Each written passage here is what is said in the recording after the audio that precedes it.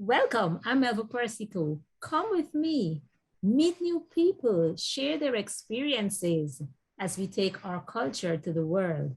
And today we have with us my good friend Veronika Bikova. And I'd like Veronika to start. Veronika, could you just start by telling us something about yourself? Well, I'm originally from Bulgaria. My mother is Russian. My father is Bulgarian. I moved very young, so I studied in a French language school. Then I studied at the university in the States. Then I worked in England, and then a little bit in Bulgaria, and now I'm living in Canada. I've been living in Canada for the last 11 years. I'm Yeah. working in a bank, so I changed my profession several times in my life. So right now, I'm working in one of the biggest Canadian financial institutions. Wow, that's beautiful. Yes. And you and I met when you were in the US and Yes, we kept exactly. in touch. So I'm so happy to be able to talk with you about, your Mhm. experiences, but we're going to focus a little more on your experiences in Canada, seeing that you've lived there for over 10 years. And when Mhm. you moved, because you had gone back to Bulgaria for a while before you came to Canada. Mhm. So, what were your first impressions? Was there anything that was so different that maybe it was that kind of culture shock experience for you? No, it's actually I was at that moment I was already so used to cultural shocks that I really didn't care so much because it wasn't my first move. Like I'm kind of get used to moving, to this idea that you will see something different. So I really didn't care so much about this. And also Canada, like as infrastructure, as language, as people habits. Canada is very similar to the States in the sense that you will see the same distances, the same air conditioning everywhere. So, and things like this. So they were like, I don't want to say that both countries are the same, but some things that actually create the cultural shock, they are very similar. So for me, it was pretty much the same.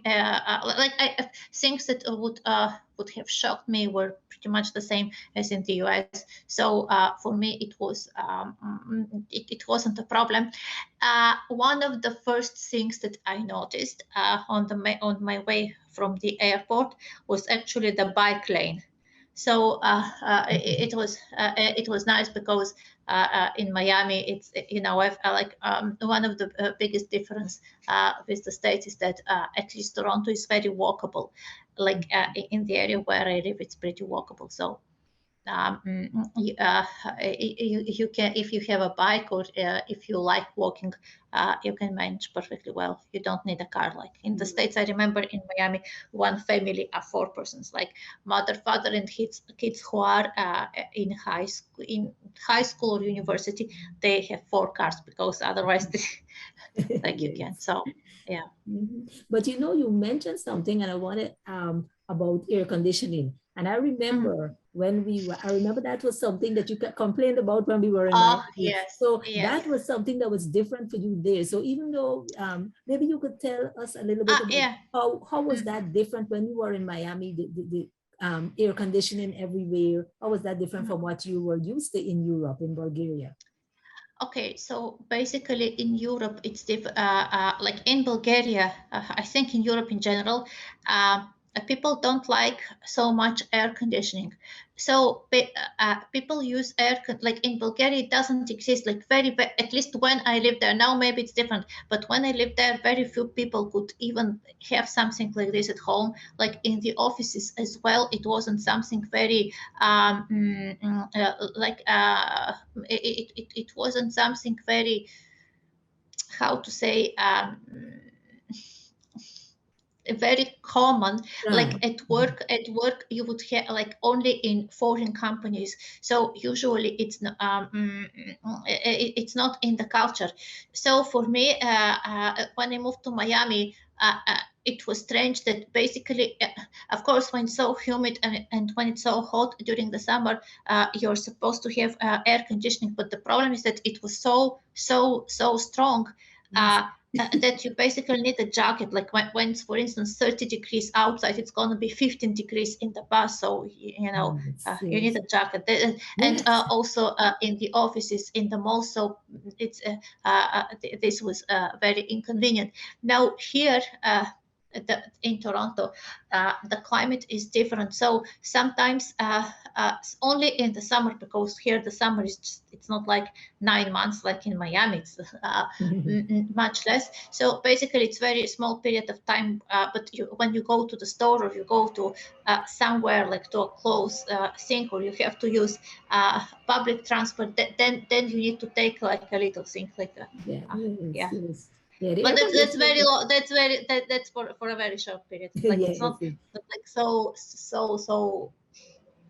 like in that, Miami, yeah, I understand. Yeah, that was a little strange for me too, because coming from the tropics, I'm from Guyana, and I mean, even though it's hot Uh, there, air conditioning is not pervasive, not as common, and the way that everything is built, windows are open so the breeze come in, and so most people don't need air conditioning yet.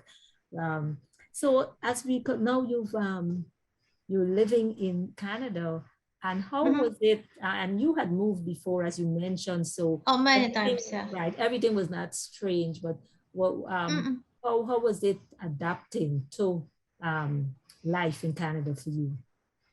Oh, that was extremely easy because, as I said, it was like very similar to the States. So it wasn't. It was just a question of learning the city, the infrastructure of the city, learning the geography of the city, like where you have this, where you have that. Um, uh, like very important finding a job, because this was most like for me, this was much more important than getting used to to other things, and that's it. And it was like I don't really remember anything anything that was a problem. Of course, I have to say, in specifically in Canada and in Toronto, but in the whole Canada, the winter is notoriously really bad. So maybe the first year, the first several years, I didn't understand that in order to feel good during the winter, you have to be able to spend really a lot of money on really good clothes, and then you don't care. But Oh. in the beginning I didn't understand. I was like, oh, but why this jacket is $1,000, but why it's so expensive? Then I understood that if you really want to wear, if you really want to have a jacket that you won't be cold when it's minus 20, minus 25, then yeah, Yeah, this is you have why. to spend the So money to get yeah, something good so that you could be warm, and yes, but there's a so yeah, saying in exactly. Canada, there's winter and July. That's that is in Yeah, Canada. yeah, People yeah, joke about yeah. it. So basically, it's just to adjust to the weather. Like for me, for my whole my last 11 years, actually it was much more difficult, not to get used to this and this. It was much more difficult to change my profession, like 100% totally. Like what I'm doing now, it's absolutely nothing. uh, it has nothing to do with what I um, what I was doing, like what I was doing before, what I wanted to do since I remember myself. So this was like the hardest adjustment. I don't think it has anything to do with the culture, though. I think it's just the reality of it, the reality of the job market. And Mhm. yeah, it's no. But again, I have to tell you that there are different people. Like for instance, for my mother who is now here, like and she used to come every summer for 1 month, but now she's like she's staying here basically. And for her, for instance, she notices more differences. Like she notices, for instance, that in Canada people are talking, like the voices are much louder, like they're talking much louder than in Bulgaria. She's not noticing things that are like I would not even pay attention. I guess she's more sensitive to these things, like the different way people in Bulgaria and people in Canada are taking care of their children. Like in Canada, they're more, whatever. In Bulgaria, they're very, very careful. They communicate more. Here, not so much. Mhm. So like she notices these things. Maybe I never had this problem because I simply don't know. Like I I'm very even I can be in, and I traveled extensively, in Latin America, in Canada, in Europe. I'm just see something different, but I don't take it necessarily as a difference. It's just the way. Yeah, Maybe my very first shock were the states, and a very specific place in the states, Miami, which is like it's very um, mm, mm, it's very very specific. So yeah, my first shock was there, and since then I'm used to to pretty right. much everything, Yes, because yes, there you see like and the Cuban culture and the Latin American culture and the states and everything. So like once you get through this shock, then you're fine. right. You're fine with Exactly. everything else. And something else, like in contrast to many immigrants, because a lot of people are complaining. For instance, very common complaint among the immigrants is first the language. Then, oh, I can't, I have so many friends in my country, and here is not the same. Here people are colder, and things like this. And the other thing, oh, I love very much what I'm doing. Like I was in my country this, but here I am this. So they're not professionally satisfied, because this is like the general complaint is that here, once you immigrate, you can't achieve what a person who is born in this country can, which is entirely false. But what I'm trying to say is that I'm very flexible as a person myself. Like if instead of complaining on something, I just accept it the way it is, and I'm acting on this. Um, so I can't really associate myself with most of the maybe 95% of complaints that I heard from other immigrants. But again, I guess it's personality, because I also can't associate myself with all the complaints I heard about motherhood, and especially the first year, like, oh, you will be so tired and it's so difficult because you will have to get used to baby crying and this and this, and nothing, like Right. absolutely Because you're a nothing of new this. mother. Yes, you're a new mother. So as you were telling me, your experience is different. Exactly. Yes, exactly. For everybody, I guess. For everybody, I guess it's different. But what I'm trying, because you're talking about cultural differences. Like for me, cultural differences, they're not just the outside; they're coming from inside, because they're Exactly. different people who are, they have different degree of tolerance or different degree Mhm. of acceptance and flexibility, and all this, Exactly. I And I think. like what you said, that it's something individual because, the way you accept and see differences, realize, okay, these are differences and just roll with it, as we might say, move ahead, try. For some people, it would be more difficult. So everybody is different, the way they react when they're in a new space, when they're in a new culture. So, I like how you express that. Um, so as we continue, what when you as a Bulgarian in Canada, was there anything that people in Canada maybe had heard about Bulgaria, or maybe some stereotypes or something that as Mhm. you know, were able to help them to see that, well, maybe this isn't so. Did you have any experiences Uh, like that? Not in Canada, in Europe more, because the truth is that in Canada, people simply don't know a lot about Bulgaria. They don't know a lot about Eastern Europe, so they don't have a stereotype. That's just a usual country. The stereotype about Bulgarians, about Eastern Europeans, is mostly in Western Europe, like countries like England, like the Netherlands as well, Germany, like over there you will see the stereotype is, you know, somebody who's coming from a very poor country, who doesn't have anything, and you know, who will use our healthcare system, who will take advantage of our social benefits. Unfortunately, the stereotype is not unfounded, because there is all the time in Spanish TV, in British TV, there are all the time examples of Bulgarians and Eastern Europeans in general who did something wrong, or who used, you know, who used the system in a way that they, you know, they don't have to, you know. So this.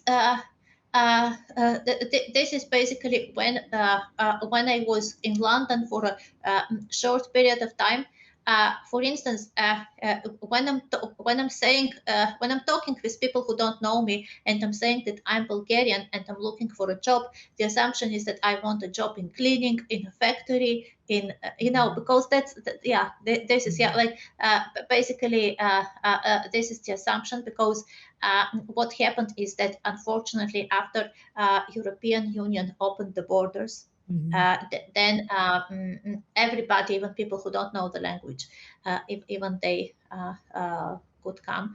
So of course, you know, everybody is different. Like, you cannot say that everybody, all the Bulgarians are the same, but exactly. in general, yeah, in general, you know, this is but this is the assumption. So, Right. you And know, you, oh, sorry. I have not I have to emphasize that I have not experienced this in Canada. It's just it is something that belongs to Western Europe. And it's even though the important thing about what you said about the stereotype is that in reality, individuals do things that maybe are not right, and that create that people now say, okay, all Bulgarians are like this, all Eastern Europeans are like this, but that is Mhm. not the truth. And so that's No, how no. you end up with something that's a stereotype. But now, having lived in Canada for over 10 years, what are some of the things that you appreciate most about Canadians and their culture? Well, first of all, like the very first thing is, you know, this diversity, because in contrast to Miami, where the majority of people are from Cuba, some from other Latin American countries, but the majority are from Cuba. Here, Toronto, it's really very diverse, very, very diverse. So there are people from everywhere. Now, this I like very much. I like the healthcare as well. Very, very much. I'm really very thankful that I live in a country with a really good healthcare system. I like very much the local libraries, because in the States, unfortunately, I don't really know the system, but here the local libraries are amazing. Basically, you don't need a library at home, because you can get pretty much whatever you need. So I love very much, but again, this is not the whole Canada. This is actually a very, very small part of Canada, but I happen to live there, that it's so walkable, because I hate driving. I do it only on weekend, and it was a nightmare for me to take my driver's license. So I do it only when I'm leaving Toronto, or I'm going somewhere where, like, there is absolutely no way I can spend 2 hours or something. But I'm a very walkable person. Like, I prefer to walk. Like, and here where I live, I can get everywhere on my feet. I don't even need a public transport, maybe twice a month or something like this. So this I appreciate very much. I appreciate my personal professional opportunities that I had here, and you know, like this openness that somehow exists in the city. So this I like very much about it. Yes, And it's thank so, you. you maybe you have heard a lot of Americans who are coming to Canada. Basically, the first thing that they notice, that it's, at least in Toronto, I think the rest as well, but they notice in Toronto that it's so clean. that basically it's Yes, those. oh my goodness. It's I fell in love with Toronto and yes. yeah, that that it's so clean first, and you don't see so many homeless outside. Like, Right. So you're enjoying your life there. That's good. So have you in any way had any opportunities to share any aspects of your Bulgarian culture with people you've interacted with in Canada? that's a good question because I never liked, like, this is like very specific case, but I never liked my culture. I spent a lot of years of my life just to get out of Bulgaria. So I wouldn't be the best person to bring something from there here. Now thinking about it, uh, maybe. Uh,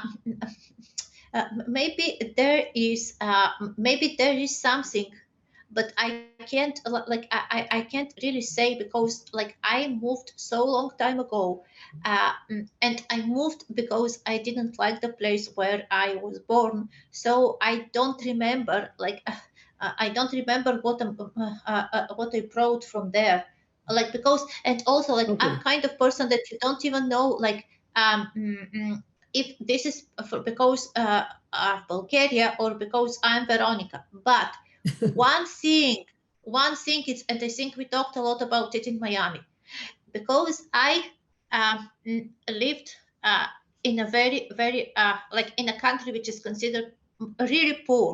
Like what here people call poverty, it's actually not what is poverty in Bulgaria. Basically, I'm much more thankful for certain things that a regular Canadian my age. And I don't accept things for granted exactly because I grew up there. And although for me, like personally, it was very hard. When I was younger, especially, I was very mad at the fact that I was born in Bulgaria uh, instead of in other place where I would have much more opportunities. Right now, kind of, I'm thankful that I'm living now here, but I grew up there, so I can see, I can see both things, Oh, the and maybe. differences. Mm. Exactly. And maybe for this reason, I'm I'm less inclined to complain about things that I would consider stupid for some, for Canadian person, it would be like Okay, but I want to something. stop you there though, because there's something that I remember about you that it's something that has to do with you growing up. And even though, you have not so positive feelings about Mm. Bulgaria, I remember you being a very, very skilled pianist. And Yes. and one of the things I know about Bulgaria and Bulgarian culture, I don't know too much, but I know that Mm. Bulgaria is supposed to be a country where music is valued a lot. So and music and theater and so on. So do you think that has helped to shape you as a person in any way? Um, you know, um, Uh, yes, because my mom is musician, so I grew up playing piano. Of course, this is important. This has always been important. But look here in Toronto, theaters are actually, in terms of music, you can much more variety and much more opportunity to see somebody whom you admire live. Like what they can say, like what they can say is that. For instance, Keith Jarrett, like one of my favorite pianists, I saw him live here in Toronto, not in Sofia. So actually, in terms of this, in Toronto, you have much more choice and much more variety than in Bulgaria.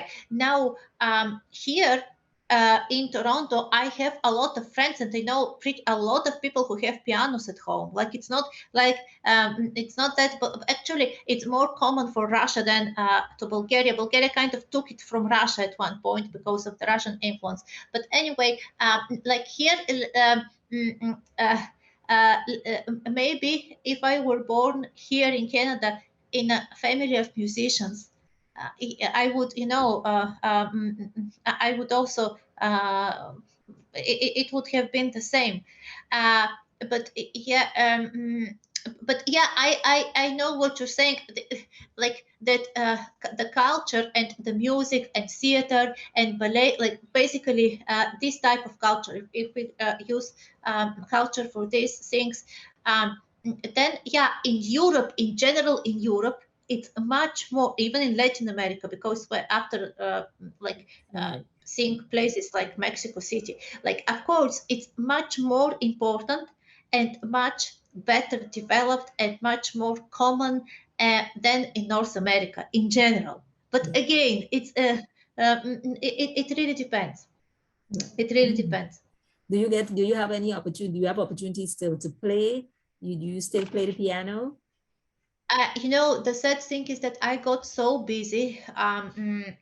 I got so busy with my new education, like my new degree and my new job and my completely different environment, and then I totally I didn't play for years. Now once I got more time, it was in 2018 actually. In 2018 I had more time to play, and then is now my baby. So I really did. So, Yeah, I didn't have a lot of time, unfortunately. Like this was the downside, and especially when I lived in a rented apartment until one point, then you can't have a piano. It's like it's very very complicated. mhm. So yeah, it's sad, but Maybe I later didn't on, have the chance. maybe later And on you'll be able to do it, continue, yeah. just two last things before we close off. Mm, What are some lessons that you have learned, just general lessons that you've learned? You've kind of mentioned some of them as we went along. mm. But what are some general lessons that you have learned from living abroad that you would like to share with our viewers? Okay, so one thing super, super, super important that you really have to be flexible. Like you cannot say, like once you living here, because like to work and to be happy in another country is not right. It's a privilege, and a lot of immigrants don't get this, but they have to understand. So basically, yeah, what I would say, you really have to be flexible. You really have to be ready to change a lot of things in yourself, a lot of working habits, a lot of language skills. You need to upgrade, to be ready to upgrade your skills. Not to say, oh, I like, because a lot of immigrants would say, okay, I studied in Venezuela medicine. Why should I study medicine in Canada again? Well, because that's how it is. You should not ask this question. You just should accept things the way they are. And also, extremely important is to know the language of the place where you're going. Extremely important. Like, I don't know how to emphasize. Like, you have to be fluent, like really fluent, not intermediate level, not, whatever. You have to be absolutely fluent Mhm. in the language of the country where you're going. And also, uh, like, very good practical um advice is really to stop. Like, it sounds horrible, but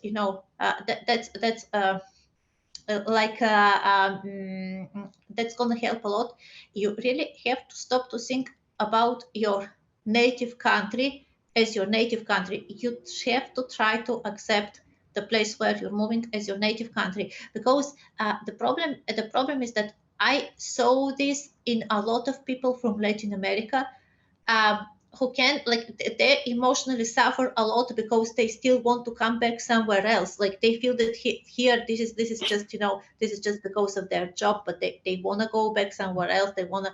So and it makes the whole adjustment very difficult. Like, basically you need to see, okay, now I will, like, here is my native So country, I have the a new other, like, home, there is my or if home. Yeah, not that's my new home. necessarily, not maybe Yeah. maybe for some people they may not want to say, okay, this is my native country, No, but no, no, no. okay, this That's is that's my this is my home. new home. This is Yes, home, exactly. but And this like is for the country me, where I'm this is born. home, but I also have another home that I go to. So Yeah, I know.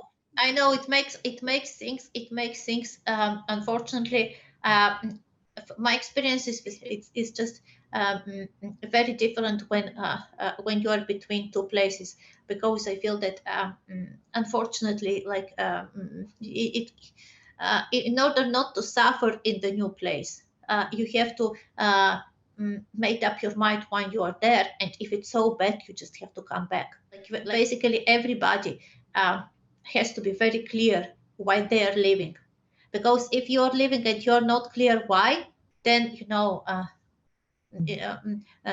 then it's very problematic. Like, I'm a very good example of a great adjustment, a very easy adjustment, but I know really horror stories because of the emotional side, because I don't like how it is here, and they don't like that people here are doing like this, and they don't like that they're this. But you can change it, right? Right. So And just one last thing. What are your final thoughts on the importance? Some of it I think you mentioned, but just to wrap up, what are your final thoughts on the importance of appreciating other cultures? that's the key, actually. That's the key, because if you can't, like, when I'm saying that you have to be flexible, I'm saying it also, you have to accept other things. You have to accept things that are not common for your culture, and you have to accept that this is how it is, and not to question it. Because like, if it's not really, immigration is not for people who are not tolerant to other cultures. Not So open. Yes. Yes. yeah. All right. So, Veronica, thank you so much. I really enjoyed Oh, my talking to you. pleasure. Thank you for sharing with our viewers. And to the viewers, thank you so much for watching. We're going to see you soon as we meet new people and we share their experiences in our next episode of Our Culture to the World.